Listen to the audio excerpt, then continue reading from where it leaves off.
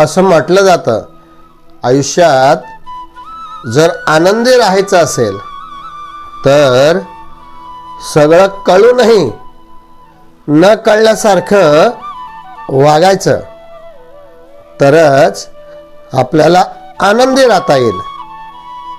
नाहीतर जे आपल्याला कळलेलं असतं त्याच्यामध्ये जर आपण हस्तक्षेप केला तर हस्तक्षेप केल्यामुळे त्या गोष्टीचा आपल्याला त्रास होऊ शकतो. तो त्रास करून घेण्यापेक्षा आपल्याला सगळं कळूनही शांत राहिलेलं केव्हाही चांगलं.